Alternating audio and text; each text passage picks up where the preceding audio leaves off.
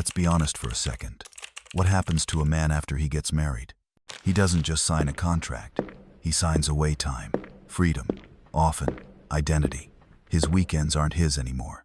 They're repurposed into house projects, grocery runs, or endless events he never asked to be part of. His money becomes shared. His schedule becomes dictated. And his emotional bandwidth? That becomes a utility, used primarily to stabilize someone else. But here's the twist. It doesn't happen all at once. It creeps in slowly. That's what makes it so effective. And it's not random. It's built into the system. Marriage, for many men, is less a partnership and more a psychological funnel, gradually narrowing their independence and agency until the only path left is self-sacrifice. Carl Jung once said, "The most terrifying thing is to accept oneself completely." But for many men in marriage, the deeper terror is realizing how little of that self still exists. And yet society congratulates him for it, celebrating his shrinking identity as a sign of maturity. Look at the metaphors we casually throw around. Ball and chain, getting hitched, taking the plunge. None of those suggest freedom. They echo entrapment. Instinctively, we know something's off, but we're trained to pretend it's noble. Now here's where it gets sinister. Modern marriage doesn't just limit a man.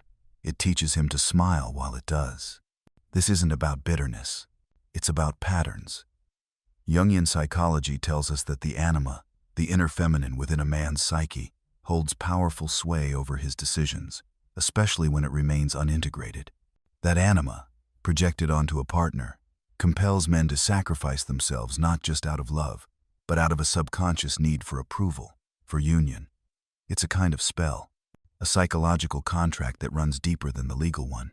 What makes it dangerous is how culture weaponizes this very impulse. The phrase, "happy wife, happy life," isn't wisdom. It's programming. It conditions men to attach their peace to someone else's mood.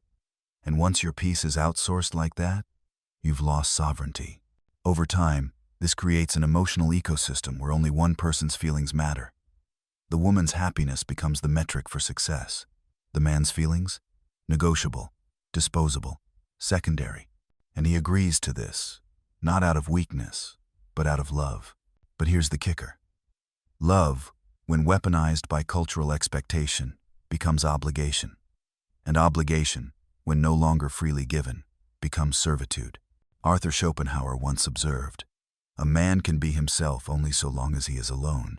That might sound harsh, but it's a warning about the dissolution of self that happens when a man loses solitude, when every moment is shared, negotiated, or expected. See, during dating, the illusion is maintained. She's agreeable. The sex is frequent. Interests are aligned. There's low resistance, high reward. But once commitment is secured, that polarity shifts. Slowly, subtly, sex becomes conditional. Interests become filtered through the lens of family. Demands increase. And what was once compatibility becomes compliance. It's not manipulation in the conscious sense. It's programming. Evolution designed women to secure resources, stability, and protection. And once that's acquired, the game shifts to optimization. Now, here's the truth most men don't want to admit, because it shatters the romance they've built their lives on. Love, in this setup, is conditional. A man's worth is measured not by who he is, but by what he provides. Stop providing? Watch how quickly the warmth fades. We can't ignore the numbers. Women initiate the vast majority of divorces, between 70 to 80%. And it's not because they're all in pain. It's because the arrangement no longer serves them. They leave when the returns diminish, when they calculate that they can gain more outside than within. And even then, the man doesn't get to walk away clean.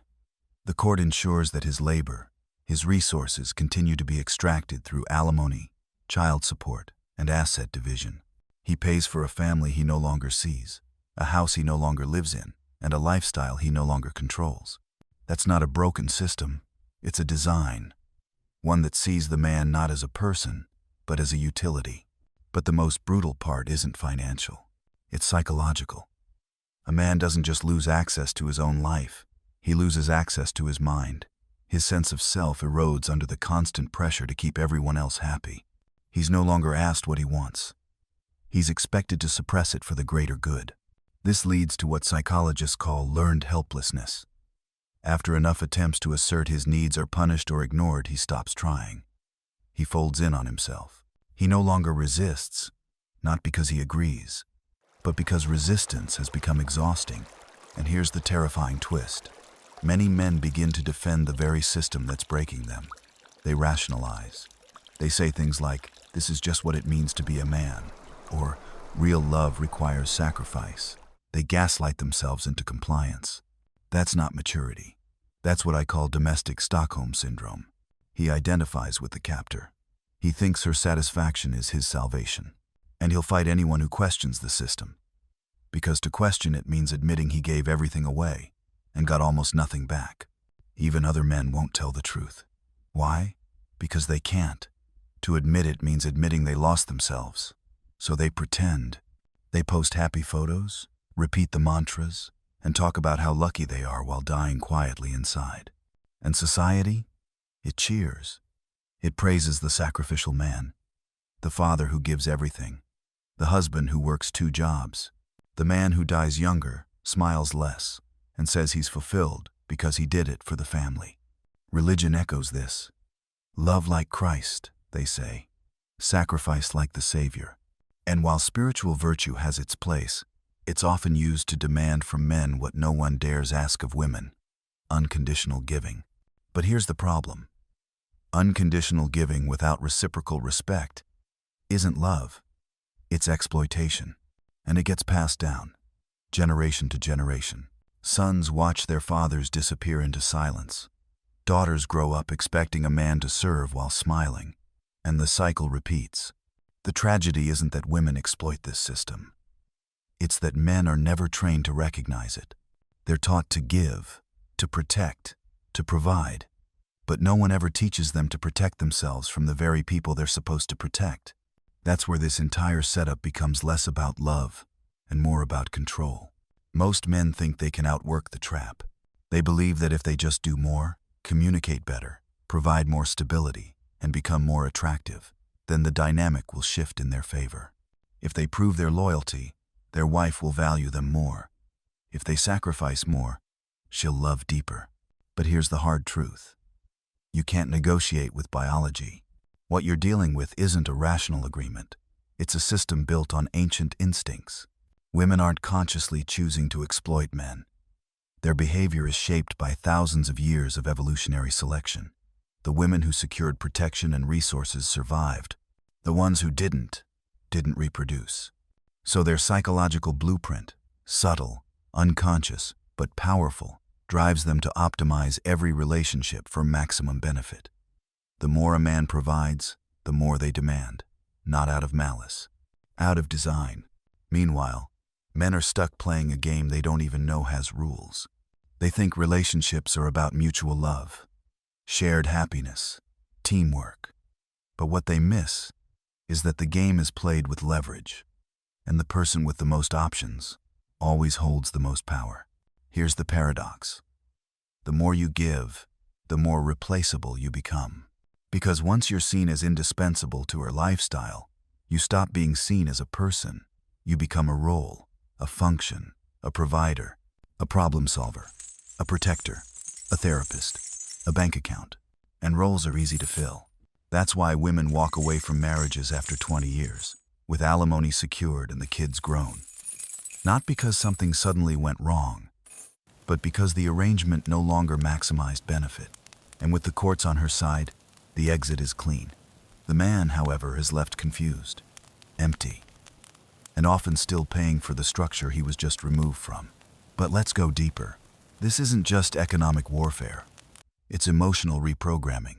Over time, a married man is conditioned to suppress his own needs to avoid friction. He learns that his frustration creates arguments, that his dissatisfaction is labeled selfishness, that any protest will be met with shame, guilt, or silence. So he adapts. He stops speaking up. He stops wanting. He molds himself around her emotions, not because he's weak, but because he wants peace. But that very peace becomes the cage.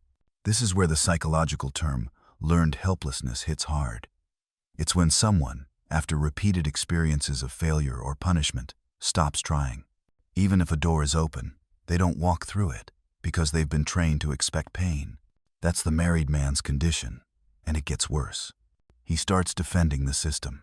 You've probably seen this. The guy who insists marriage is beautiful, even while drinking more, smiling less, and aging faster. The man who repeats the slogans, "Real men sacrifice. A good husband gives everything," even as his inner fire dims. He thinks this is love, that this is a strength. But he's just repeating what he's been told by other broken men. Men who couldn't admit they made a bad deal. It's what I call domestic Stockholm syndrome. He starts identifying with his oppression. He believes that the more invisible he becomes, the more love he'll receive. But love that requires invisibility is not love, it's utility. And utility, by nature, is conditional. That's why Schopenhauer's insights matter more now than ever. He didn't hate women. He saw human nature without the illusions. He once wrote, "All satisfaction, or what is commonly called happiness, is really and essentially always negative only, and never positive." He meant that happiness isn't something you get. It's the absence of pain, of pressure, of need. And modern men misunderstand this completely. They think marriage will bring them happiness, completion, emotional security. But real happiness isn't something another person gives you. It's what you build by needing less, by depending less. And that's where most men fall. They build their entire emotional infrastructure on one woman's approval. Her affection becomes their currency. Her mood becomes their thermostat. Her needs become their mission. And when that affection fades, as it inevitably does when novelty dies, they panic. They try harder. And in trying harder, they sink deeper. Because the more you need, the less attractive you become. This is why men who remain emotionally independent, who have a life, a mission, a purpose outside the relationship, hold all the real power. Not because they're playing games, but because they're whole. Let me break this down even further. You've seen this dynamic. A woman texts a man, and he drops everything. He's always available, always agreeable, always ready to rearrange his world to make her comfortable. At first, she appreciates it. But deep down, something shifts. Respect erodes. Mystery vanishes. Attraction dies. Meanwhile, another man in her life doesn't respond immediately. He's not rude. He's just unavailable sometimes. He has things to do. He doesn't explain himself. And suddenly, she's thinking about him more. Why? Because he's not seeking her validation. And in that space, her instincts are activated. Her attention shifts from evaluation to pursuit. This isn't game playing. It's biology. The man who chases, who overinvests emotionally, signals to her subconscious that he's low value, that no one else wants him, that his genes aren't desirable. Harsh? Maybe, but brutally honest. Meanwhile, the man who doesn't need anything from her creates a vacuum. And nature abhors a vacuum. She begins investing. She starts qualifying herself. She wants to be chosen because he hasn't already surrendered his power to her. Again, this doesn't mean you become manipulative or cold. It means you become whole, independent, sovereign. That's the word, sovereignty. And most men have never felt it. They were taught that love means giving until it hurts, that being a man means sacrifice, that devotion means compliance. But love without boundaries is servitude, and sacrifice without recognition is slavery. The men who thrive aren't the ones who avoid relationships. They're the ones who enter them with clarity. Those who keep their mission above their emotions. Those who never trade their identity for approval. They give, but only from abundance. They love, but never from lack. They don't chase affection. They create gravity. And the women who are truly ready, psychologically, spiritually, are pulled into that orbit not because they can extract value, but because they want to contribute. These are the rare relationships, built not on need, but on resonance, not on transaction, but on expansion. But most men will never experience this, because they're too busy begging for scraps from women who don't respect them, and blaming themselves when the hunger never goes away. You cannot win the game by playing someone else's rules. Every man who tries to be better, do more, earn love, through self-erasure, is playing a losing game. He's assuming that the system rewards effort, It doesn't. It rewards leverage. And in relationships, leverage comes from independence. This is why Schopenhauer's view was so radical and so liberating. He argued that the safest way to avoid deep misery is to stop expecting deep happiness from external sources. In other words, don't build your peace on someone else's choices. Build it inside. That's where everything changes.